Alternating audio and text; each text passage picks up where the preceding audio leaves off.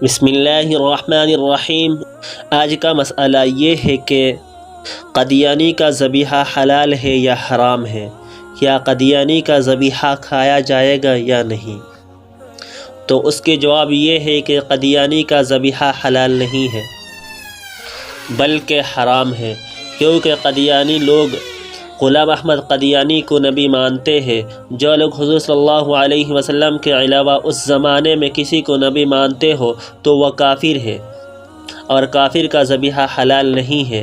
اور حضور صلی اللہ علیہ وسلم کا فرمان ہے انا خاتم النبی لا نبی بعدی، لہٰذا جو شخص آپ صلی اللہ علیہ وسلم کے بعد نبی ہونے کا دعویٰ کرے گا وہ کافر ہے۔ اسی وجہ سے اگر کوئی قادیانی شخص بسم اللہ پڑھ کر کوئی جانور ذبح کرے پھر بھی وہ جانور حلال نہیں ہے بلکہ وہ جانور حرام ہوگا، اس کا گوشت نہیں کھایا جائے گا۔